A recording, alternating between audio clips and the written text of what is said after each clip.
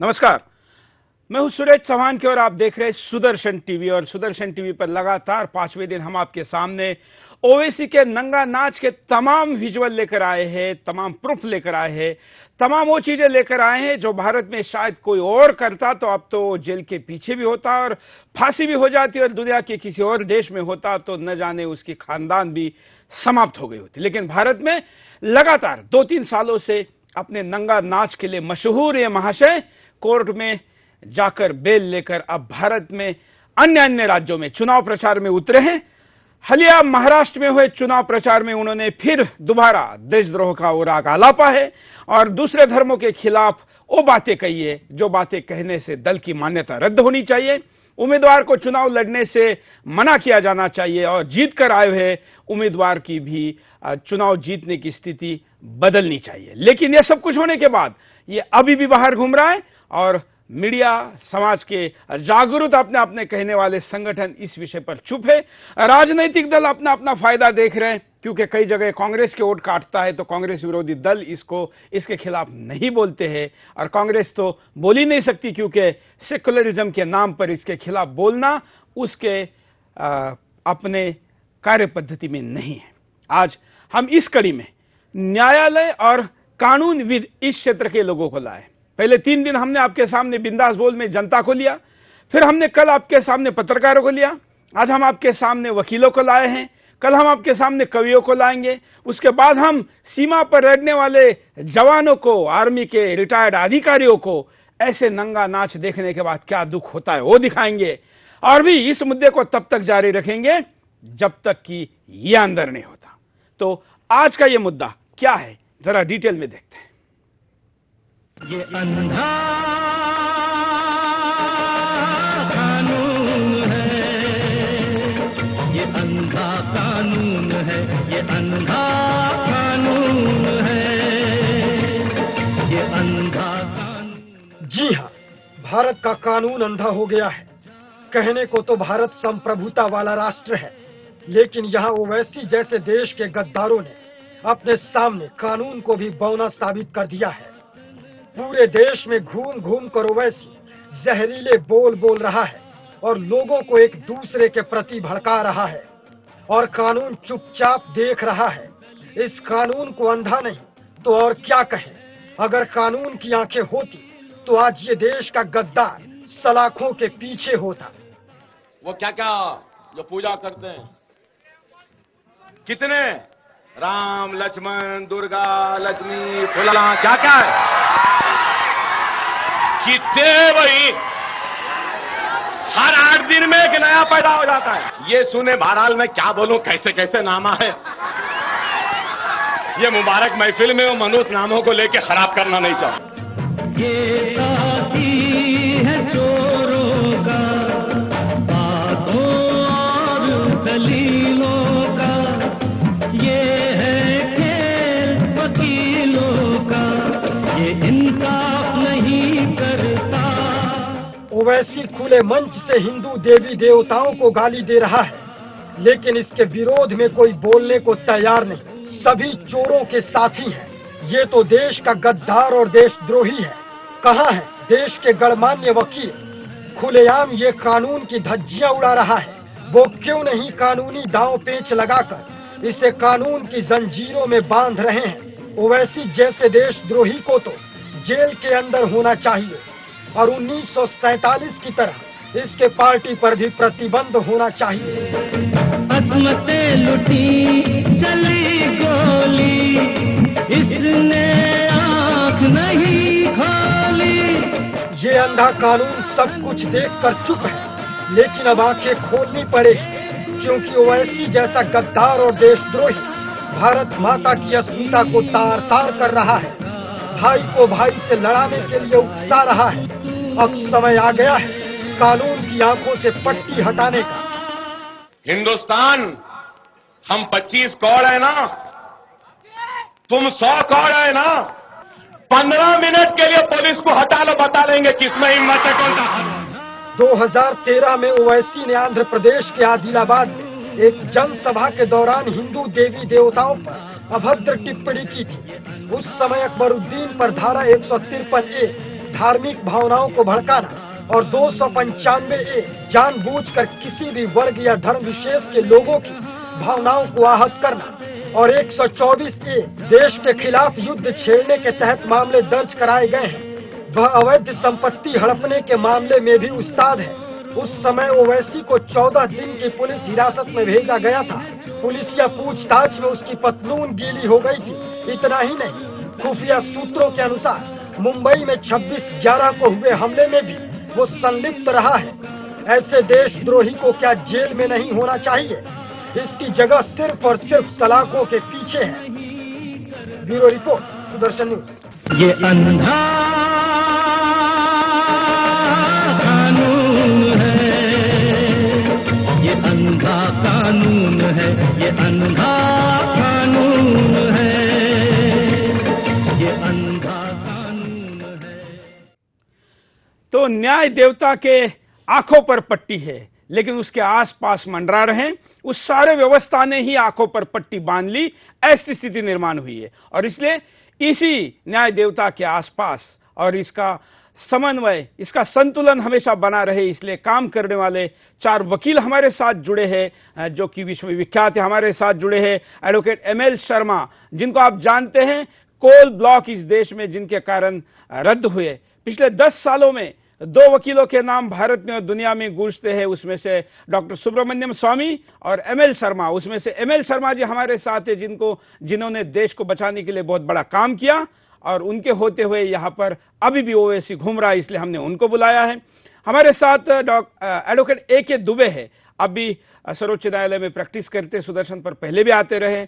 हमारे साथ पहले भी इसी विषय पर जुड़ चुके एडवोकेट विवेक शर्मा है और साथ में हमारे साथ हैदराबाद से मेघरानी अग्रवाल एडवोकेट जुड़ी है। मैं उनका अभिनंदन इसलिए भी करूंगा क्योंकि कल के पत्रकारों के कार्यक्रम में हैदराबाद से किसी भी चैनल का, किसी भी पेपर का, किसी भी मैगजीन का कोई पत्रकार जुड़ने के लिए तैयार नहीं हुआ, उनमें उठना डर था। लेकिन आज मेघरानी अग्रवाल जुड़ रही है, मैं उनका अभिनंदन करता हूं और उन्हीं से शुरुआत करते हैं। मेघरानी जी, ये सारा कुछ हैदराबाद से हो रहा है, इसका केंद्र हैदराबाद है और आप वहां रहती है, ये घूम रहा है क्या और कैसे?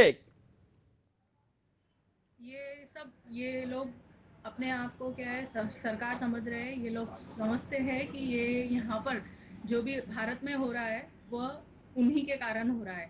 तो और दूसरी विषय ये है कि सरकार ने उचित समय पर इनके ऊपर कार्रवाई नहीं की, इसके कारण इनको बल प्राप्त हो गया और ये निरंतर इसी तरह की भाषण देकर जो माइनॉरिटी संख्या है उनको अपनी ओर आकर्षित करने की कोशिश करते हैं और उसी में ये भूल गए हैं कि ये भारत के वासी है और भारत की सभी समुदाय के लोग, तो उनका मान करना, सम्मान करना इनका कर्तव्य है और ये भूलकर ये एक ही समुदाय के लिए एक ही उसमें बात करते हुए आ रहे हैं। चलिए, मैं ML शर्मा जी के पास जाऊंगा। शर्मा जी, आपने देखा क्या मुद्दा है, क्या स्थिति है, क्या विषय है, आपके सामने है, आप क्या कहेंगे? मेरे हिसाब से ये एक फ्रस्ट्रेटेड इंसान का जुनून है। ये आदमी या इन तरह के लोगों के, कुछ लोगों का जो संगठन है या कुछ लोगों की जो भीड़ है, वो अपना मानसिक संतुलन शायद पिछले 200 वर्षों में धीरे धीरे खो चुके हैं। बाबर इस देश में मात्र 1800 सैनिक के साथ आया था, जिनमें से आधे मर चुके थे। उसके बाद औरंगजेब ने इस देश में हिंदुओं को काट काट करके, उनके जो बच्चे थे उनको मुसलमान बना करके मस्जिदों में रखा, उन्हें जबरदस्ती मुस्लिम धर्म में धकेला गया। आज इस देश के अंदर वही मुस्लिम परिवार हैं, बाहर के आए हुए इनमें से कोई भी नहीं है। मुझे लगता है हमारे समाज ने भी इनके साथ थोड़ी ज्यादती की कि इन्हें वापस अपने धर्म में आज तक नहीं बुलाया। वह फ्रस्ट्रेशन इनके अंदर इतना ज्यादा घर कर चुका है कि आज इनको सिवाय अंधकार के नजर नहीं आता और जो मुख में ये आता है इसका मतलब उसको ये बोलने की छूट दी जाए? सवाल बोलने की छूट नहीं दी जाए। अगर कोई व्यक्ति असंतुलन मस्तिष्क का होता है तो उस व्यक्ति का इलाज कराया जाता है। उसकी तो जगह आगरा में होनी चाहिए ना, इसका पागलों के अस्पताल में होनी चाहिए। इसका निर्णय करने के लिए हमारे पास 2-3 मिनिस्ट्री हैं, हाँ। होम मिनिस्ट्री और हेल्थ मिनिस्ट्री। माननीय होम मिनिस्टर राजनाथ सिंह जी और माननीय हेल्थ मिनिस्टर जो डॉक्टर साहब हैं, उन दोनों को चाहिए कि समाज के अंदर इस तरह के असंतुलित मस्तिष्क वाले व्यक्तियों का इलाज करवाएं। इनकी सही जगह हॉस्पिटल है। लेकिन हमको तो लगता नहीं कि वो इलाज कर रहे हैं, हमको लग रहा है आप में इलाज है, वकीलों में इलाज है, इसलिए हम आपको बुलाए। नहीं, वकीलों का इलाज यहां नहीं है। वकीलों का इलाज जो है वकीलों का न्यायालय का वहां पर होता है जहां कोई व्यक्ति जानबूझ करके इंटेंशनली कोई ऐसा अपराध करे जिससे कि उसको फायदा होता हो या बदले के लिए कोई अपराध करे। ये तो बदले के लिए आप कह रहा है। आपको मैं एक और बाइट दिखाता हूं कि ये अपने माइक हटा दे और हाथ में गन हो तो ये क्या बोल सकता है। हम कल्पना नहीं कर सकते कि क्या किसी राजनीतिक दल का व्यक्ति बोलने की बात कर रहे हैं। मैं कह रहा हूं ये व्यक्ति क्या कर सकता है, इन व्यक्तियों का समूह, इस तरह के व्यक्तियों का समूह क्या कर सकता है, आप सोच नहीं सकते, क्योंकि इन लोगों का मस्तिष्क असंतुलित हो चुका है उस फ्रस्ट्रेशन के अंदर। ये तो बड़ा आसान है, आप इनको पागल ठहरा कर बोलने की छूट दे रहे हैं। मैं बोलने की छूट नहीं दे रहा हूं, मैं उस संस्था से, उस राजनीतिज्ञों से, उन नेताओं से जो ठेकेदार बने हुए हैं भाषण दे देकर इस देश का, इस राज्य का, इन नगर का, उनके सामने एक सवाल रख रहा हूं। अगर मोहल्ले में कोई कुत्ता पागल हो जाता है तो उसको पकड़ करके गोली मार दी जाती है। अब आप ट्रैक पे आ गए ऐसा मुझे लगता है। अगर कोई व्यक्ति, लेकिन इंसान, अगर कोई इंसान पागल हो जाता है, असंतुलित होता है तो उसका इलाज करवाया जाता है। हमारे सीआरपीसी में, आईपीसी में दोनों जगह प्रोविजन है। असंतुलित मस्तिष्क के व्यक्ति को तो फांसी भी नहीं दी जाती, आप इनको कैसे अंदर कर देंगे? लेकिन आपको पता है इसको जब अरेस्ट किया गया तो इसने मेडिकली, आप जो बात बोल रहे हैं कि मस्तिष्क की प्रॉब्लम है या ये कोई साइकिक है, ये नहीं कहा। इसने कहा कि कोई भूत कस्टडी में आता है और इसके ऊपर भूत हावी है, और उस जज ने भी इस दलील पर उसको जमानत दे दी। मैं विवेक शर्मा के पास जाऊंगा। हमारी बात को ही स्वीकार कर रहे हैं। हाँ। किसी व्यक्ति के मस्तिष्क में भूत हावी, इसका मतलब असंतुलित है वो व्यक्ति। हाँ। अगर कोई व्यक्ति असंतुलित है, उसका ग्रुप असंतुलित है, मतलब उनको इलाज की जरूरत है, सही इलाज की। क्या विवेक जी, क्या वकीलों के पास इसका इलाज नहीं है? न्याय व्यवस्था के पास इसका इलाज नहीं है? नहीं, बिल्कुल इलाज है, क्यों नहीं इलाज है। न्याय व्यवस्था के पास ही इलाज है। कैसे? ये जो मेडिकल टर्मिनोलॉजी की बात है, वो तो कोर्ट में अपनी डिफेंस क्या लेता है सिर्फ जमानत पाने के लिए, वो अलग विषय है, आज का विषय नहीं है। विषय आज इतना है कि ये इतनी जहरीली भाषा का जो प्रयोग कर रहा है, क्या उसको कानूनन हम रोक सकते हैं या नहीं। कानून में, आईपीसी में प्रावधान है, खुद रिप्रेजेंटेशन ऑफ पीपुल्स एक्ट में प्रावधान है, जेल का प्रावधान है, सजा का प्रावधान है, फाइन का प्रावधान है, लेकिन वो होगा तभी जब न्यायालय के पास कोई जाएगा। बिल्कुल, जब कोई जाएगा नहीं। एक हम आपको दिखाते हैं कि ये 124 की धारा के प्रावधान के अंतर्गत ये कैसे आता है। हमने पिछले दिनों जब इसको नेट पे डाला था तो कोई वकीलों ने हमें ये जानकारी भेजी थी। जरा 124 वाली बात देख लेते हैं। हिंदुस्तान, हम 25 करोड़ है ना, तुम 100 करोड़ है ना, ठीक है। तुम तो हमारे से इतने ज्यादा है, 15 मिनट के लिए पुलिस को हटा लो, बता लेंगे किसमें हिम्मत है, कौन ताकत है। एके दुबे जी, 124 कहां है? देखिए, जिस तरह से ओवैसी की भाषा है, 100 करोड़ को 25 करोड़ से लड़ाने की बात कर रहा है, और वहां उपस्थित जो जन समुदाय है उसके साथ वो उसकी बात पर नारे लगाता है, उन्माद करता है और यह कहता है कि 25 करोड़ हम हैं, 100 करोड़ तुम हो, यानी 25 करोड़ पुलिस को हटा लो। देखो ये 25 करोड़ 100 करोड़ के ऊपर भारी पड़ जाएंगे। माने ये एक व्यक्ति के इलाज से संभव नहीं है। वहां पर मौजूद सारे लोग, अगर प्रशासन लॉ एंड ऑर्डर नहीं हो तो शायद रॉयट्स हो जाए उस शहर में जहां पर यह भाषण चल रहा था। ऐसे व्यक्ति की जगह अस्पताल नहीं, जेल होनी चाहिए, और ऐसे व्यक्ति को देशद्रोही करार देना चाहिए जो देश में देश के लोगों को, देश के लोगों के साथ लड़ा रहा है। और इसके ऊपर सिर्फ यही नहीं धार्मिक उन्माद भड़काने का, इसके ऊपर इंडियन पीनल कोड में जितने भी इस तरह के ऑफेंसेस हो वो सारे लाद देनी चाहिए। जिस तरह से अजमल आमिर कसाब, जिस तरह से अफजल गुरु को फांसी दी गई, वो भी तो कॉन्स्पिरेटर था और ये भी कॉन्स्पिरेटर नहीं, है। मैं शर्मा जी, मैं विद ड्यू रिस्पेक्ट आपकी एक बात, आप बहुत सीनियर और बड़े भाई हैं हमारे, मैं जो देख रहा हूं उसके बात कह रहा हूं, मैं आपकी बात से कॉन्ट्रा नहीं कर रहा हूं। पहली बात, दूसरी बात, अगर वहां फोर्स नहीं हो, लॉ एंड ऑर्डर नहीं हो, तो वो जितने लोग वहां पर मौजूद हैं उस महफिल में, उसकी महफिल में, उन्माद की महफिल में, वो शायद शहर में आग लगा दें, लोगों के घरों को जला दें। तो ऐसे व्यक्ति के खिलाफ जितनी धाराएं ऐसी हों, कॉन्स्पिरेसी से लेकर, उन्माद भड़काने से लेकर, रॉइट्स से लेकर, बलबा से लेकर, वो सारे ऑफेंसेस 147, 148, 149, क्योंकि हो सकता है उनके हाथ में डेडली वेपन भी हो। डेडली वेपन नहीं होगा तो डंडे ले लेंगे ऐसे व्यक्ति के खिलाफ। और वहां का प्रशासन, वहां का लॉ एंड ऑर्डर, वहां की जो लॉ एनफोर्सिंग एजेंसीज हैं, तुरंत उनके खिलाफ मुकदमा रजिस्टर उसके होने चाहिए। नहीं, देखिए बहुत साहब, जहां आप बहस करने बैठे हैं कानून की और संविधान की, आपको बड़े संतुलित होकर के हर बात सोचनी होगी। 124A तब लागू होगा जब कोई व्यक्ति सरकार के या राज्य के विरुद्ध या देश के विरुद्ध में कोई वास्तव में प्लानिंग के साथ में एक्शन करता है। ये वो आपको एक्शन दिखाता हूं, फिर आप बोलिए। मैं आपको वीडियो दिखाता हूं। एक मिनट रुकिए, नहीं एक मिनट रुकिए। कोई व्यक्ति, यानी एक ऐसा व्यक्ति जो कि संतुलित मस्तिष्क का हो, असंतुलित मस्तिष्क का व्यक्ति अगर खड़े होकर के कोई भाषण देता है, लोगों को भड़काने की कोशिश करता है, पागलों की तरह कोई हरकत करता है, तो ये प्रशासन की ड्यूटी होती है ऐसे व्यक्ति को तुरंत अरेस्ट करके जेल में बंद करके या अस्पताल में बंद करके उसका इलाज कराए। उसके अगेंस्ट में क्रिमिनल केस किस बेस पे? उसने कोई एक्शन नहीं किया, वो खाली स्टेटमेंट दे रहा है। उसको रोका जाना चाहिए कि इस तरह का व्यक्ति कोई ऐसा स्टेटमेंट न दे। स्टेटमेंट हर कोई दे सकता है, लेकिन ऐसा स्टेटमेंट जो समाज के विरुद्ध हो वो नहीं दिया जाना चाहिए।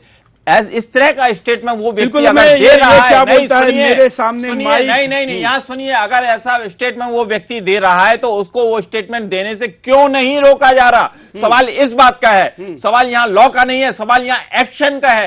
एक्शन लेने का अधिकार, सुरक्षा का अधिकार डीएम को होता है उस शहर के अंदर, राज्य के अंदर जो गृह मंत्री होता है उसका होता है, देश के अंदर जो गृह मंत्री और प्रधानमंत्री उनका होता है। क्या उनकी आंखें बंद हो चुकी हैं?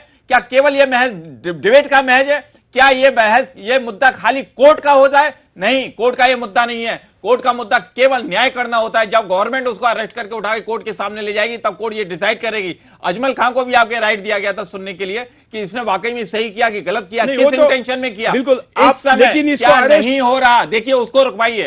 इस समय होना ये चाहिए, जो आज प्राइम मिनिस्टर बने हुए बैठे हैं, जो होम मिनिस्टर बने हुए बैठे हैं, उनको चाहिए ऐसे लोगों को तुरंत अरेस्ट करें और अस्पताल में इनका इलाज करवाया जाए। लेकिन इसको अरेस्ट किया गया था, इसी कानून धारा के अंतर्गत किया गया था, लेकिन इसको जमानत मिली है। और अगर जमानत, बिल्कुल अगर जमानत मिलने के बाद ये प्रचार करता है, मिलेगी सर, जमानत तो 100% इस आदमी को मिलेगी, क्योंकि मस्तिष्क से असंतुलित है। जो व्यक्ति मस्तिष्क से असंतुलित है उसने कोई अपराध नहीं किया होता। ये बेसिक कंसेप्ट आप लोगों का इतना नहीं पता किसी को। अब तो मुझे लग रहा है, नहीं, मुझे तो लग रहा है कि अब ओवैसी आपको ही वकील बना लेगा। बिल्कुल बना ले, मुझे से कोई मतलब नहीं। मैं हमेशा जस्टिस के लिए खड़ा हूं, चाहे कोई भी हो, चाहे वो विदेशी हो, चाहे देशी हो, चाहे कोई भी हो। अगर ये व्यक्ति असंतुलित, एक इस तरह का बयान के 25 करोड़ के अंदर हम 100 करोड़ को खत्म कर देंगे, पुलिस हटा दो, हम ये कर देंगे, एक असंतुलित मस्तिष्क का व्यक्ति ही, ऐसे व्यक्ति जो फ्रस्ट्रेटेड है बुरी तरह से, बिल्कुल ऐसे व्यक्ति, वही उनका इलाज केवल एक ही इलाज है, वो है कि हॉस्पिटल। मुझे ये लगता है कि शर्मा जी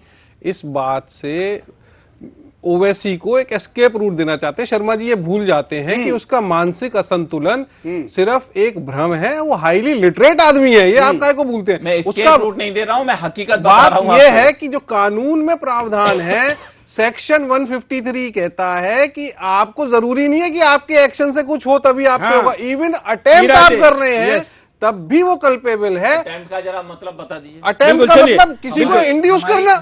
मैं विवेक आदरणीय विवेक जी और आदरणीय एमएल शर्मा जी की बात को बीच में उनसे अनुमति लेते हुए एक बात कहूंगा। हमारी जो कुलीग हैदराबाद से जुड़ी हुई हैं, उनकी एक बात पर शायद हमने गौर नहीं किया। आदरणीय एमएल शर्मा जी बहुत जाने माने वकील हैं इस देश के, इन्होंने मैंने ट्रांसपेरेंसी के लिए बहुत कुछ, मैं जनरल, उन्होंने कहा कि वो व्यक्ति कानून व्यवस्था से ऊपर अपने आप को समझता है। सही है। जो व्यक्ति कानून व्यवस्था से अपने आप को ऊपर समझता है, जिस व्यक्ति के लिए कानून कुछ नहीं है और जिस व्यक्ति के कहने पर हजारों लोग अपने घरों से निकल जाएं, क्या सिर्फ उस व्यक्ति का मानसिक इलाज कर देने से, अस्पताल में भर्ती कर देने से, ट्रीटमेंट कर देने से वो हजारों लोग भी सुधर जाएंगे? और अगर ऐसा है, लेकिन मैं यहाँ पे आपको इस समस्या का हल बता रहा हूं। आप उसको अरेस्ट कीजिए, कोर्ट के सामने लाएंगे, कोर्ट से उसको बेल मिलेगी, बिल्कुल साफ। लॉ प्रोविजन मैं नहीं बताऊंगा, उसके 50 वकील बताएंगे। उसका सही रास्ता है, उस आदमी को अरेस्ट कीजिए, उसका इलाज करवाइए, उन लोगों का इलाज कराइए जो उसके साथ में इस तरह के फ्रस्ट्रेशन के अंदर इस तरह के भाषण दे रहे हैं। आप उसको, और जब तक उसका इलाज पूरा नहीं हो जाए उसे बाहर मत आने दीजिए। लेकिन वो घूम रहा है, वो बाहर आ रहा है, घूम रहा है। आप लोगों की गलती है, मिनिस्ट्री की गलती है, प्राइम मिनिस्टर, होम मिनिस्टर की गलती है। क्यों ऐसे व्यक्ति को बाहर रखा गया? इसको क्यों नहीं बंद करके इलाज क्यों नहीं करवाया जा रहा है? बिल्कुल, हम दूसरी धारा आपको दिखाते हैं। 125 धारा पर क्या कहता है कानून और ये उसमें क्या बोलता है। आपकी ताकत मेरी कामयाबी, मैं अकेला चला जाऊं तो कुछ नहीं, आप अकेले चले जाएं तो कुछ नहीं, आप हम मिल के जाएं तो ये दुनिया को फतेह कर सकते हैं। हिंदुस्तान तो बहुत छोटा है, दुनिया को फतेह कर सकते हैं। हिंदुस्तान तो बहुत छोटा है जी। कोर्ट के अंदर से ये विवेक जी 125 के भी अंदर आता है, लेकिन फिर भी बाहर है। 125 की जो आप बात कर रहे हैं वो रिप्रेजेंटेशन ऑफ पीपुल एक्ट का सेक्शन है। उसमें क्लियरली ये प्रावधान दिया हुआ है कि कोई हेट्रेड स्पीच करता है for the purpose of during the election और ड्यूरिंग द कैनवेसिंग, तो वो 125 के अंतर्गत बार्ड है। दो वर्गों के और बीच में शत्रुता पैदा करता है, या हेट्रेड स्पीच से या अपने गोल्स को सेटिस्फाई करने के लिए वो इस तरीके का कोई भी भाषण करता है तो वो कल्पेबल है। और प्रावधान है 3 साल की सजा तक का रिप्रेजेंटेशन ऑफ पीपुल्स एक्ट में दिया हुआ है। ठीक है, अब ये भाई साहब क्या कर रहे हैं?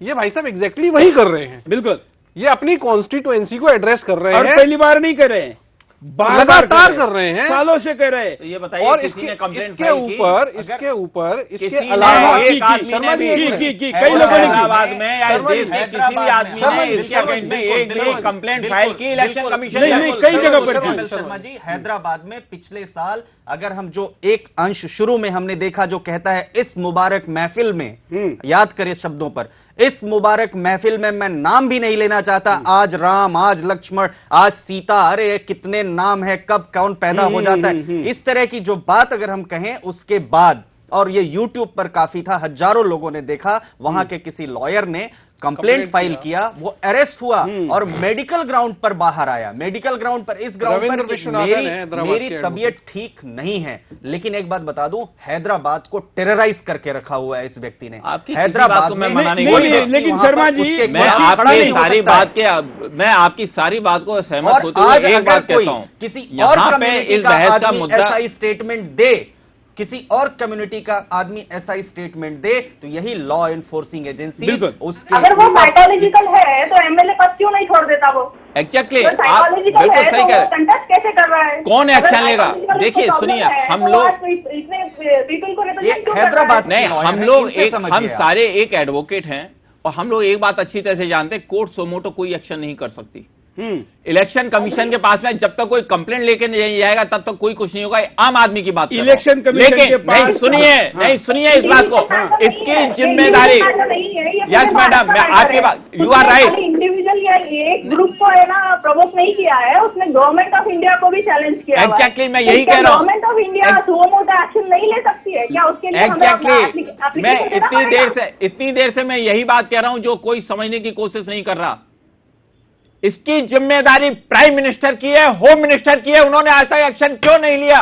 बिल्कुल, हम कांग्रेस गवर्नमेंट, एग्जैक्टली, गवर्नमेंट चाहे कोई भी हो, मुझे इससे मतलब नहीं, किसी रूल्स की हो, किसी भी आपके पार्टी की हो, किसी भी रिलीजन की हो, इररिलेवेंट, लेकिन जो आदमी डीएम है, जो आदमी डीएम है, डिस्ट्रिक्ट मजिस्ट्रेट है, जो आदमी सीएम है, करके इमीडिएटली उस पर एक्शन ले। देखिए जो आदमी डीएम है, मैटर नहीं है, अभी उसको है ना इम्प्लीमेंट करते हुए उसको सजा देने का टाइम है। कौन देगा?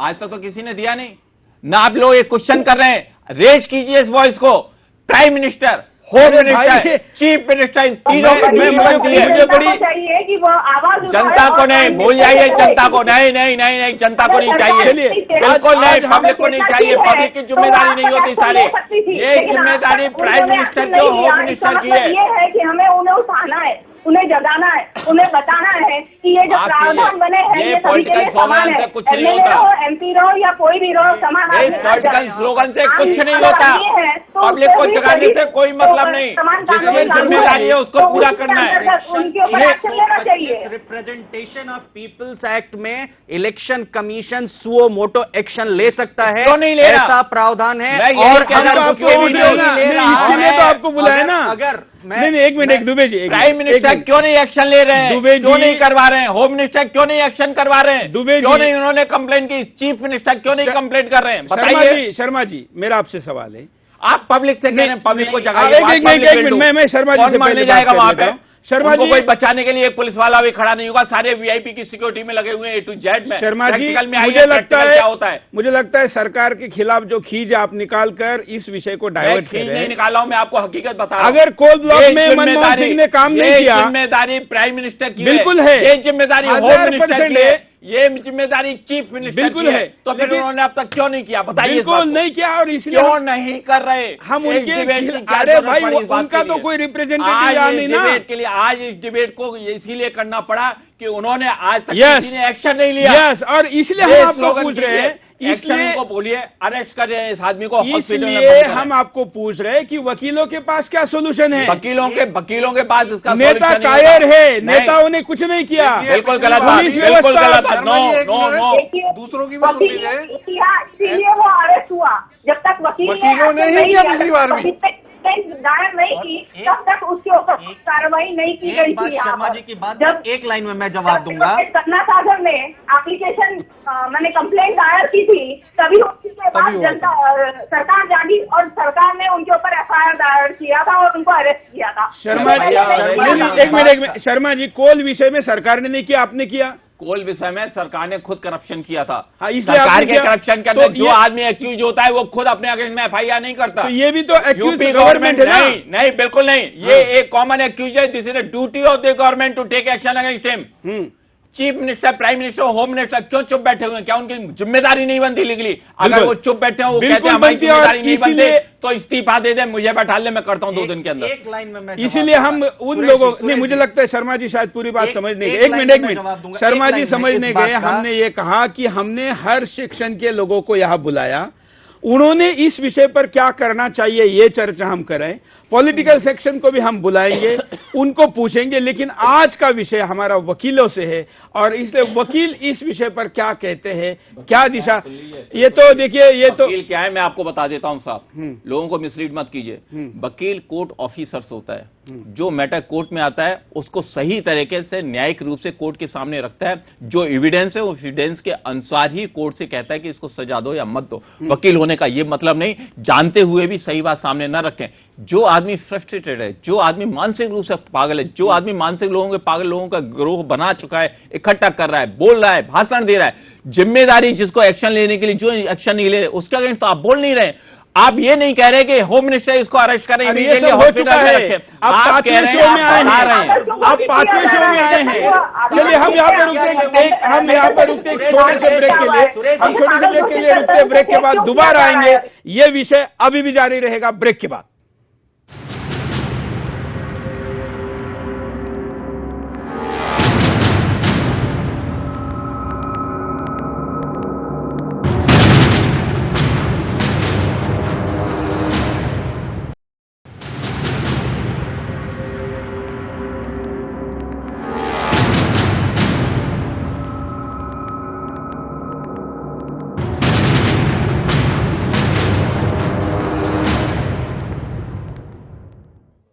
ब्रेक के बाद आपका एक बार फिर स्वागत है। हम चर्चा कर रहे हो अकरुद्दीन ओवैसी और एमआईएम के ऊपर। हम 5वां एपिसोड आपके सामने लेकर आए हैं लगातार। आज हम बात करें आज के बाद का, मुझे लगता है थोड़ा सा एमएल शर्मा कार्यक्रम में देरी से आने से और पहले एपिसोड की बैकग्राउंड इनको मालूम न होने के कारण शायद ये पूरी बात समझ नहीं पाए।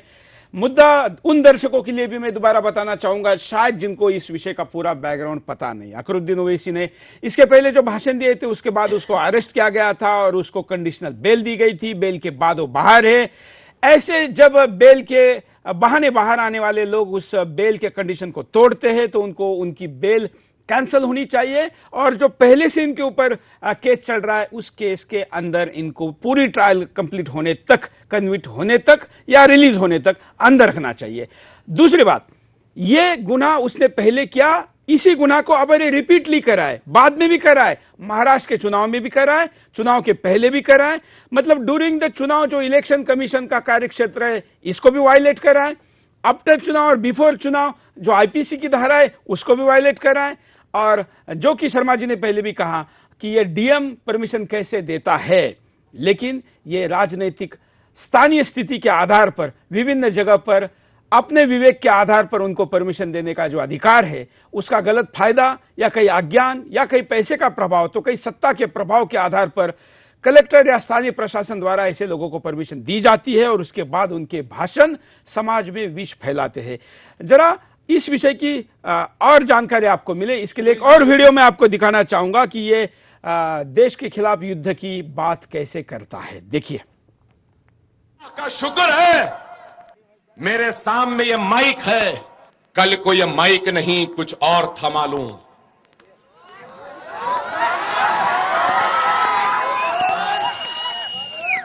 तो हिंदुस्तान की 1000 बरस की तारीख में दुनिया ने उतना खून खराबा न देखा होगा जो खून खराबा इस मुल्क में हो जाएगा। इसके खून खराबे में शर्मा जी आप भी नहीं छूटेंगे। देखिए, मैं शर्मा जी कुछ बोले उससे जो आप पहले एक बात कहना चाहता हूं। जो आप दिखा रहे हैं, हाँ बोलिए। शर्मा जी एक मिनट, जो आपने अभी बात कही कि वो डीएम क्यों नहीं रोकता है, परमिशन कैसे मिलती है, तो वो राजनीतिक पार्टी है। राजनीतिक पार्टी जब एक रिक्वेस्ट के साथ जाती है डीएम के पास, डीएम वो परमिशन देता है क्योंकि चुनावी रैली करनी है, लेकिन डीएम को ये नहीं मालूम होता कि क्या बकवास करने वाला है, वो तो बकवास करने के बाद एक्शन लेना है। तो इसलिए क्यों डीएम ने मीटिंग होने दी, वो तो ड्यूटी बाउंड ने मीटिंग होने देने के लिए। शर्मा जी कंटिन्यू करिए। हम यहाँ पे बैठे हैं, स्थिति बहुत साफ है। दूसरी बात मैं और शर्मा जी के एक आदमी पागल जो मॉडल कोड ऑफ कंडक्ट जब कहीं पर लगता है, आचार संहिता लगती है, तो वहां पर सरकार सिर्फ प्रशासन होता है। जो डिस्ट्रिक्ट का डीएम होता है वो डिस्ट्रिक्ट रिटर्निंग ऑफिसर होता है, स्टेट का जो सेक्रेटरी लेवल का ऑफिसर होता है या चुनाव आयुक्त जो हो जाता है वो एक्शन लेते हैं। एक्शन किसको लेना है? लॉ इन्फोर्सिंग एजेंसी को, वहां के प्रशासन को। और जब वहां के प्रशासन के पास साक्ष्य उपलब्ध हैं, वीडियोग्राफी करवाते हैं, वो यूट्यूब पर वो वीडियोज अवेलेबल हैं, पब्लिकली अवेलेबल हैं, हेट स्पीच है, उन्माद भड़काने वाली स्पीच है, रॉइट्स वाली, तो उन्हें अपने आप स्वतः अधिकार है कि वो ऐसे व्यक्ति के खिलाफ एक्शन लें। कानून की जो धाराएं हैं, चाहे वो रिप्रेजेंटेशन ऑफ पीपल एक्ट का हो, उस उम्मीदवार की उम्मीदवारी खारिज होने के साथ साथ, क्योंकि वो जीतेगा कैसे? धार्मिक उन्माद फैलाकर या उसके अपने सपोर्टर के धार्मिक उन्माद फैलाने वाली स्पीच के बेसिस पर, नंबर 1। और नंबर 2, जो दूसरी बात है वहां की एनफोर्समेंट एजेंसी जिसकी वजह से खून खराबा हो, क्योंकि वो करोड़ों रुपए खर्च करते हैं, तो वो उन्हें एक्शन लेना चाहिए। वकील बाद में आएगा, वहां की जो एजेंसी है उस समय जो प्रशासन है वहां का जो देख रहा है उसे एक्शन लेना चाहिए। बिल्कुल। एक प्रश्न पूछना चाहूंगा मैं आप सबसे और इस देश की जनता से जो ये पूरी डिबेट देख रहे हैं, उन सभी वकीलों से जो अगर सुन रहे हैं या जिसमें भाग भी ले रहे हैं या भाग लेंगे, और इस देश के प्राइम मिनिस्टर से, होम मिनिस्टर से, डीएम से और इलेक्शन कमीशन से, एक्शन क्या करना चाहिए इसकी जानकारी हर किसी को है। हम यहां पे इसलिए नहीं बैठे कि ये बताएं कि एक्शन करना चाहिए या एक्शन होगा और सही होगा कि गलत होगा। सवाल 2 है, ये व्यक्ति पागल है या नहीं है, मुझे इससे भी कोई लेना देना नहीं। लेकिन शास्त्रों में शुरू से कहा गया है किसी भी व्यक्ति के अंदर का कोई भी कार्य तब तक संपन्न नहीं होता जब तक उसके पास शक्ति नहीं होती, ताकत नहीं होती। सवाल इस बात का है कि इसके पीछे वो कौन सी ऐसी शक्तियां हैं जो इसको पूरी तरह से सपोर्ट कर रही हैं। क्या वो हमारे मूर्धन्य राजनीतिज्ञ लीडर हैं जो कि पक्ष और विपक्ष दोनों में हैं, जिनकी आंखें धृतराष्ट्र की तरह बंद हुई पड़ी, जिन्होंने अभी तक एक्शन नहीं लिया? बिल्कुल। क्या वो डीएम, क्या वो सीएम, चीफ मिनिस्टर, क्या इलेक्शन कमीशन, क्या होम मिनिस्टर? फिर I don't want to repeat, मैं रिपीट नहीं करना चाहता। सवाल सिर्फ एक बात का है, एक्शन क्यों नहीं लिया जा रहा है आज तक, न केवल इस व्यक्ति के विरुद्ध में, बल्कि इस व्यक्ति को जो एजेंसियां समर्थन कर रही हैं, जो पीछे से पैसा भेज रही हैं बाहर से, जो इनके ग्रुप के साथ में जुड़े हुए हैं, उनके अगेंस्ट भी आज तक एक्शन करके क्यों नहीं, एफआईआर दर्ज करके इनको या तो हॉस्पिटल भेजा जाए इलाज के लिए जीवन पर्यंत जब तक कि ये ठीक ना हो जाए, या जेल के पीछे रखें, या इनको प्रतिबंध किया जाए। जो भी कानून के सम्मत है वो एक्शन आज तक क्यों नहीं लिया जा रहा है? नहीं लिया गया। क्वेश्चन इस बात का है। आगे क्या नहीं लिया गया? क्यों नहीं लिया जा रहा है? ठीक है, नहीं लिया गया, आगे क्या?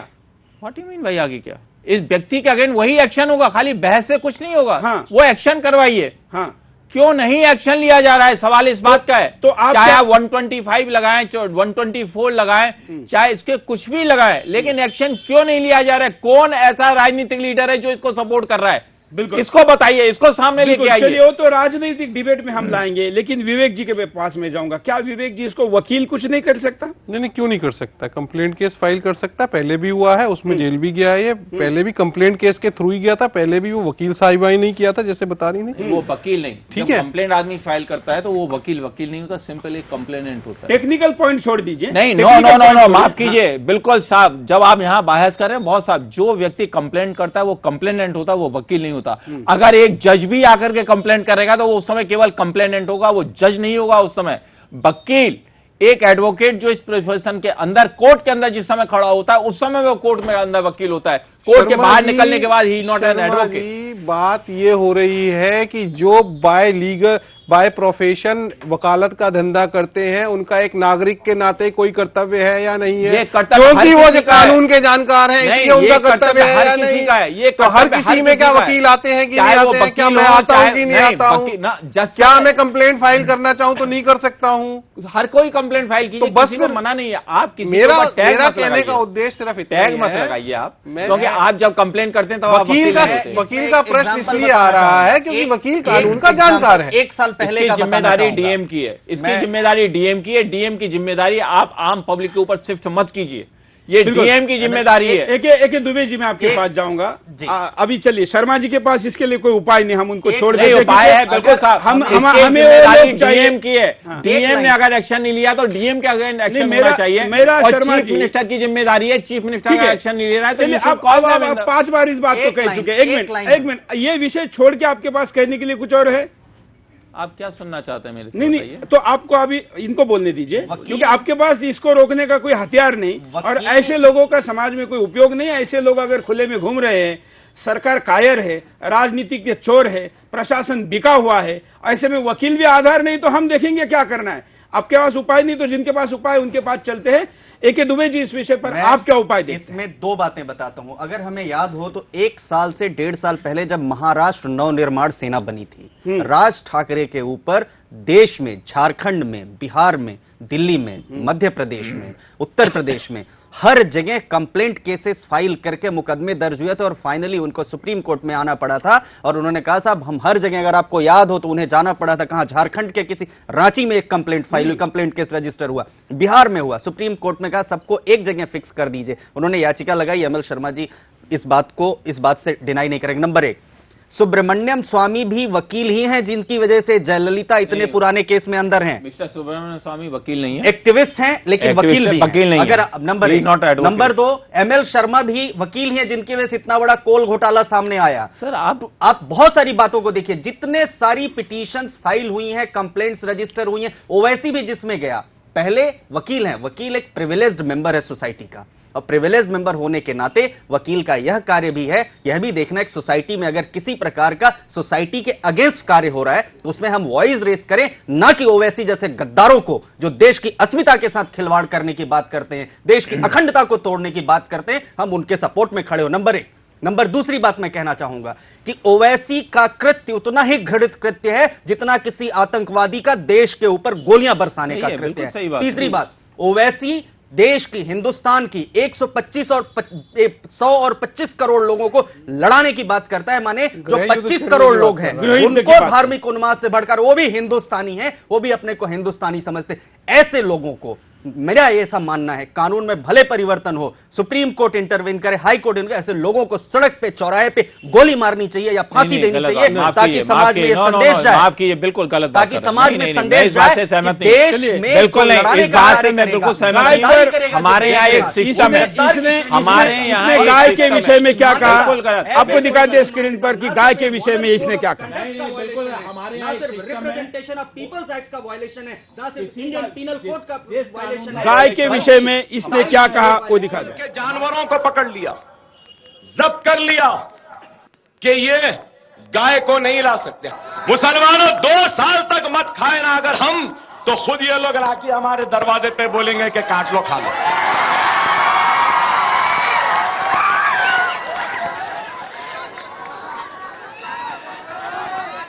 काश के वो भी खा के देखें कि कितने मजेदार हैं ये। बदनसीब है, नहीं खा रही। हम क्या करेंगे? हम तो खाते आए हैं, बड़ा मजा आता है और मजे में कोई कॉम्प्रोमाइज नहीं भाई।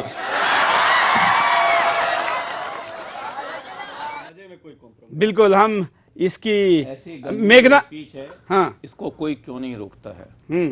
इसकी जिम्मेदारी आप किसी एक वर्ग के ऊपर नहीं थोप सकते। इसकी जिम्मेदारी हर उस व्यक्ति की है जिसके पास थोड़ी भी ताकत है, हर उस समाज की है जो कि इस देश के अंदर रहता है। यही तो सबसे ज्यादा, और सुनिए, हाँ। इसको रोकने की सबसे ज्यादा बड़ी जिम्मेदारी उन मुसलमान ग्रुप की है, उस मुसलमान सोसाइटी की है जिसके ये एक हिस्सा होकर के पूरे देश को गाली दे रहे हैं। इसका मतलब ये उस पूरे क्या ये पूरे समुदाय को रिप्रेजेंट कर रहे हैं आज की डेट में? और मेरे हिसाब से नहीं, ये कुछ मैं लोग मानता हूं, ये कुछ लोग हैं। 25 करोड़ का जिम्मेदारी अब मैं नहीं रिपीट करूंगा, अब मैं फिर कहूंगा, ऐसे इंसान को रोकने की, ऐसे इंसान को सजा देने की सबसे पहली जिम्मेदारी अगर किसी को है तो मुस्लिम समाज को है। आज मुस्लिम समाज को सबसे पहले ऐसे इंसान को रोकना चाहिए, उसके बाद जिम्मेदारी डीएम, सीएम और पीएम की बनेगी। मैं मेघरानी अग्रवाल के पास जाऊंगा।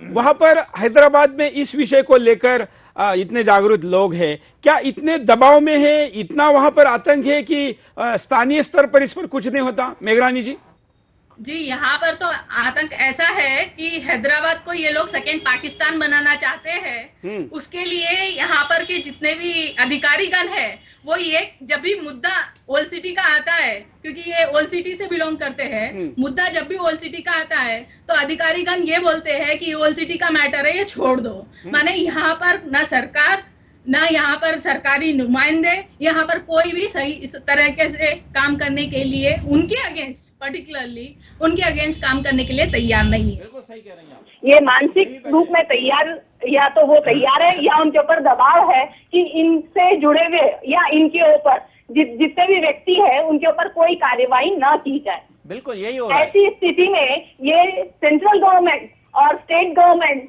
को एक्शन लेना चाहिए, क्योंकि जब यहाँ के लोग अगर असक्षम है तो बाहर के लोग, माने भारत के जो अन्य जनता है, उनके ऊपर ये उनका ये कर्तव्य है। बिल्कुल, और यही बात देखकर सरदार वल्लभ भाई, बिल्कुल धन्यवाद, आपने बिल्कुल सही कहा मेघरानी जी। इसी बात को मैं शुरू से कह रहा हूं, इसी बात को मैं शुरू से कह रहा हूं। मैडम ने जो बात कही मैं इसी बात को कह रहा हूं, शब्द मेरे अलग हैं, इसी बात को कह रहा हूं।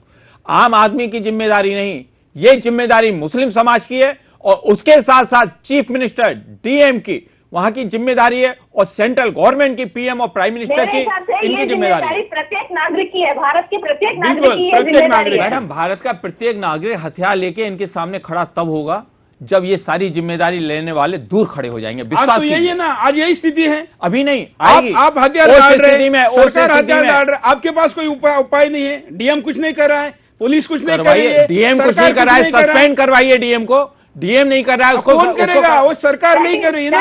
हुआ है कि आज पब्लिक है ना एडवोकेट के ऊपर निर्भर है। वो ये चाहती है कि जब जनता आगे नहीं आ रही है तो एक इंटेलेक्चुअल वर्ग जो एडवोकेट है वो उसके ऊपर कार्रवाई करे, उसके ऊपर एक्शन ले, क्योंकि उनके पास इस तरह की जानकारी उपलब्ध है। आम जनता को जानकारी नहीं है कि इसके ऊपर क्या एक्शन लिया जा सकता है। आम जनता तो ये देख रही है ना कि कितने गंदे हेट स्पीच दे रहा है। हाँ। आम जनता ये देख रही है किस तरह से ये पूरे देश को गाली दे रहा है। आम जनता ये तो देख रही है कि पूरे हमारे जितने भी धर्म देवी देवता हैं उन सबको गाली दे रहा है। हमारे यहाँ तो अक्षर ब्रह्म है, जो ये शब्द बोल रहा है वो भी ब्रह्म है, हम उनको भी ईश्वर मानते हैं। ये अपने ही शब्दों से हमारे ही शब्दों को उपयोग करता है, हमारे ही शब्दों के लिए कहता है। इसके पास अपने कोई शब्द तो है नहीं। आम जनता जिसके पास हथियार उठाने का अभी अधिकार नहीं है वो नहीं लड़ सकती मैडम। आम जनता विरोध कर सकती है, आम जनता बोल सकती है, चीख सकती है, वो बोल रही है। हम भी आम जनता का ही एक हिस्सा है, हम भी बोल रहे हैं, कह रहे हैं यहाँ पे कि डीएम को हटाओ वहां से, चीफ मिनिस्टर को हटाओ। जरा इनके खिलाफ कुछ प्रोटेस्ट भी हो रहा है। इस पूरे कैंपेन के बाद समाज में जागृति आई है और लोग संवैधानिक सबको तरीके वोट से चाहिए, अपनी सबको बात कह रहे वोट चाहिए, हैं। केवल ऐसा वोट की प्रोटेस्ट राजनीति में कुछ कुछ नहीं होगा। नोएडा से सटे हुए गाजियाबाद में भी हुआ, उसको देखते हैं।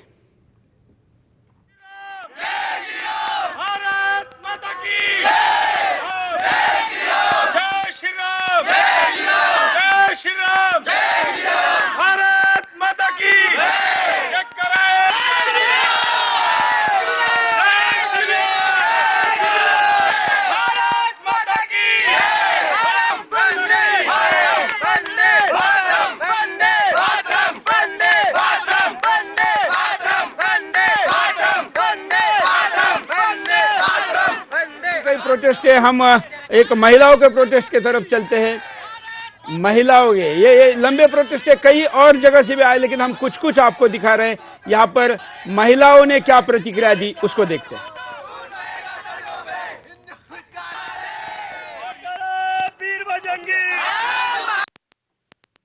माँ दुर्गा के 33 करोड़ सपूत है, ओवैसी भूल गया, वो यहाँ सिर्फ 25 करोड़ है। हमारी माँ ने एक हाथ रख देना, भाइयों को आने की जरूरत नहीं है। किसी भी ओवैसी छुप जाएगा, नामो निशान नहीं रहेगा। हम सड़कों पे आएंगे, सड़कों पे आएंगे। चलिए, एमएल शर्मा करने के लिए कुछ तैयार नहीं है, लेकिन महिलाएं आगे आकर कुछ बात करने को जरूर तैयार है। कमेंट दिया कि मैं करने को तैयार नहीं हूं, तो आप क्या करेंगे बताइए। मैं क्या करूंगा ये मैं कहने से नहीं आएगा सामने। तो अगर मुझे जो कुछ करना है वो मैं खुद करूंगा। चलिए, लेकिन ये कहना, लेकिन ये कहना 45 मिनट बाद आई नहीं, माफ की, ये कहना कि केवल वकीलों का ही करना चाहिए, ऐसा कभी नहीं कहा, ऐसा कभी नहीं कहा। क्योंकि वकील जो है, वकील केवल कोर्ट के अंदर वकील होता है, कोर्ट के बाहर वो वकील नहीं होता। चलिए, इसलिए समाज के हर वर्ग को करने का ये राइट है, समाज के हर वर्ग को व्यक्ति। चलिए, अब हम कार्यक्रम के आखिरी दौर में इतना मैं कहूंगा कि समाज का हर वर्ग इतना मजबूत नहीं है। लोगों को सुरेश जी यदि खुला छोड़ देंगे तो विश्व के सामने वही खतरा पैदा होने वाला है जो आज इराक में बगदादी के कारण पैदा हो चुका है। आज पूरा विश्व थर्रा रहा है। और इसका स्टेटमेंट जब मैं पिछली बार आपके साथ कार्यक्रम में था तो ये कहता है भारत ही नहीं पूरे विश्व को, वही बगदादी कहता है, फतेह करने की बात, फतेह करनी है, बिल्कुल वही बगदादी कह रहा है इसमें। और उसमें उसको जरा दिखाते हैं, धारा 125 दुनिया को फतेह करने की बात करता है, हिंदुस्तान तो छोटा है कहता है। देखिए, मेरी कामयाबी, मैं अकेला चला जाऊं तो कुछ नहीं, आप अकेले चले जाएं तो कुछ नहीं, आप हम मिल के जाएं तो ये दुनिया को फतेह कर सकते हैं। हिंदुस्तान तो बहुत छोटा है, दुनिया को फतेह कर सकते हैं, हिंदुस्तान तो बहुत छोटा है जी। इसने 7 सीट। जहनियत देखिए जो एक फिलॉसफी पूरे वर्ल्ड वाइड चल रही है दारुल उलूम बनाने की, पूरे उसमें कि पूरा विश्व जो है वो ग्रीन हो जाए, वो पूरी एक फिलॉसफी चल रही है। वहां से ये सोच पैदा होती है, वो सोच यहां तक ट्रेवल कर रही है आज। चलिए, इसका उपाय क्या है, इस दिशा में हम बात करेंगे कार्यक्रम के आखिर में कि आखिर क्या हो सकता है। मैं मेघरानी अग्रवाल जी के पास जाऊंगा। आपने तो अप्रत्यक्ष रूप से या प्रत्यक्ष रूप से ये बोल दिया बहन जी की हैदराबाद और आंध्र प्रदेश के लोग हताश है, वो कुछ नहीं कर पा रहे, इसलिए देश के अन्य हिस्से में कुछ करना चाहिए। तो देश का अन्य हिस्सा क्या करे, आप क्या चाहती है? इसके ऊपर एक्शन ली जाए, सभी जने अपील करें गवर्नमेंट को कि इसके ऊपर तुरंत एक्शन लिया जाए, चार्जशीट फाइल की जाए और जल्द से जल्द, क्योंकि जस्टिस डिलेड जस्टिस डिनाय हो जाता है, तो उसको इतना मौका ना दिया जाए कि वो आगे और लोगों को भड़काए कि इस तरह के एक्टिविटी करे। हम अगर ये जो जख्म जब लग जाता है उसको हाथों हाथ अगर इलाज नहीं किया जाए तो वो नासूर बन जाता है। तो ये भी वही जख्म है, ये पागल नहीं है, ये इंटेलेक्चुअल है, ये सोच समझ कर जो भी बोलता है वो सोच समझ कर बोलता है, ये दुनिया पता करने की बात करता है। तो ऐसे लोगों को जल्द से जल्द सजा दी जानी चाहिए। सेक्शन 121 ऑफ आईपीसी है जिसमें गवर्नमेंट इमीडिएट एक्शन ले सकती है और उसके ऊपर कार्रवाई कर सकती है। तो गवर्नमेंट जल्द से जल्द चार्जशीट फाइल करे और इमीडिएटली उसके ऊपर कार्रवाई करे, इसको डिले ना करते हुए डे टू डे बेसिस पे कार्रवाई करे तो जल्द से जल्द रिजल्ट आ सकता है। देखिए, यही मैं कह रहा हूँ, शुरू से कह रहा हूँ। चलिए, एक ही दुबे जी, आप क्या उपाय गवर्नमेंट को, मैं आपके पास भी आऊंगा, तीनों का मैं उपाय लूंगा कि क्या उपाय किया जा सकता है और आप इसमें क्या करेंगे, ये भी अगर बताए तो अच्छा होगा। ऐसे व्यक्ति के खिलाफ इसको आजीवन बैन कर देना चाहिए, इसको और इसकी पार्टी को या इसके पार्टी के नुमाइंदों को, रिप्रेजेंटेटिव्स को, कि ये कहीं भी स्पीच नहीं दे सकते।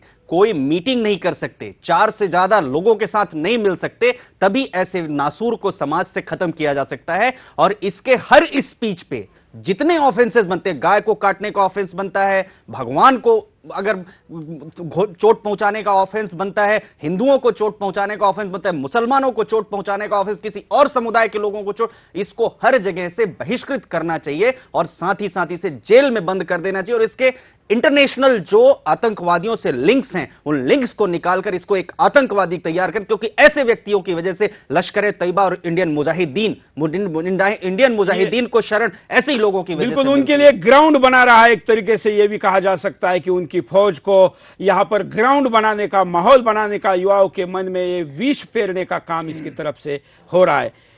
विवेक जी, अभी कुछ लड़के, मुस्लिम लड़के यहां से इराक गए, उनको ट्रेनिंग किसने दी? इन सब बातों का पता लगाना चाहिए, कहीं ना कहीं ऐसे ही लोग पाए जाएंगे। तो ऐसे लोगों को खुले छोड़ देना मतलब पूरे समाज के लिए एक नासूर की तरह चीजों को करना है। तो इसको तो तुरंत आपको अरेस्ट करना चाहिए, आपकी राजसात कर दी जानी चाहिए इसकी सारी। आपके पास सारे प्रावधान मौजूद हैं, आईपीसी में भी है, रिप्रेजेंटेशन ऑफ पीपुल एक्ट में भी है, और मॉडल कोड ऑफ कंडक्ट में भी। इस विषय में कुछ करेंगे? बिल्कुल करेंगे, इलेक्शन कमीशन को अप्रोच करेंगे हम लोग। दुबे जी आप? जी बिल्कुल, निश्चित तौर पर करेंगे। मैं शर्मा जी, एमएल शर्मा जी के पास चलता हूं। शर्मा जी, आप क्या उपाय देखते हैं? देखिए, हम लोग उम्मीद करते हैं, क्योंकि शर्मा जी ने इतने इश्यूज क्रैक किए हैं, शर्मा जी से हम लोग इसी तरह की उम्मीद करते हैं जो हम लोग कर रहे हैं। और निश्चित तौर पर ना तो वकील समुदाय और समाज को, क्योंकि इनसे लोगों को बहुत उम्मीद है। मुझे याद है, एक लाइन में इनकी बात को मुझे याद है कि शायद उस दिन कोर्ट नंबर 1 में कोई 2 में कोई मैटर लगा तो एक साईं बाबा को लेकर, एक वहां से आया कोई जोशी करके, इनका कार्ड लिया, बोले आप एमएल शर्मा जी हैं साहब, आपके तो हम लोग एडमायर करते हैं आपको। तो इनको लोग एडमायर करते, इसलिए इनको किसी भी ऐसे स्टेटमेंट को नहीं देना चाहिए जिसकी वजह से लोग हताश हों, क्योंकि एमएल शर्मा आज देश में एक नाम है, इसलिए इनको आगे एक्शन लेना चाहिए। इनसे कोई भी उम्मीद करता है। आप क्या कार्यक्रम के आखिर में क्या प्रतिक्रिया देंगे? सर जी, एक्शन लेने का अधिकार जो है, फिर मैं कहता हूं डीएम, सीएम, होम मिनिस्टर और प्राइम मिनिस्टर वो नहीं करें। नहीं, सुनिए इतना। और इसके साथ साथ एक्शन लेने का अधिकार, जिम्मेदारी बनती है मुस्लिम कम्युनिटी की। इन चारों के अगेंस्ट में मुस्लिम कम्युनिटी अगर कोई एक्शन नहीं लेती इस व्यक्ति के विरुद्ध में, इसका अभिशाप उस कम्युनिटी को अपने आप ही भुगतना पड़ जाएगा। मैं उसके लिए कुछ नहीं कह सकता, क्योंकि बहुत बड़ी कम्युनिटी है, हमारे ही समुदाय का, हमारे ही परिवार का वो अंग रहा है, हमारे ही परिवार के वो अंग है। लेकिन अगर एक्शन लिया जाना चाहिए इमीडिएटली, तो डीएम, सीएम और होम मिनिस्टर के अगेंस्ट लिया जाना चाहिए कि उन्होंने आज तक इस बंदे को क्यों नहीं रोका, उसके अगेंस्ट में क्यों नहीं आपराधिक मामलों के अंदर इसको रोका गया, क्यों इसको परमिशन दी गई, क्यों नहीं ऐसी चीजें शुरू करने के लिए इसको हतोत्साहित किया गया। बिल्कुल, चलिए, आपकी तरफ से कुछ उम्मीद?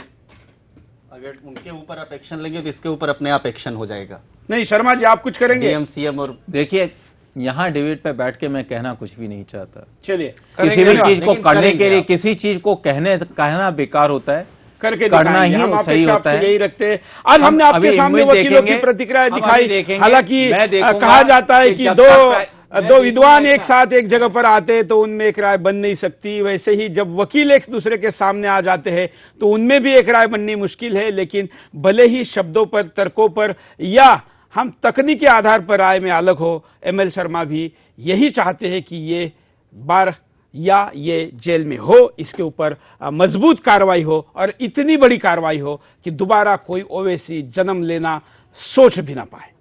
आज के लिए इतना ही। मैं सारे अतिथियों का, हैदराबाद से भी हमारे साथ जुड़े हुए बहन का, सबका आभारी हूं। आपने समय निकाला आज के कार्यक्रम में जुड़े। आज के लिए इतना ही। जय हिंद।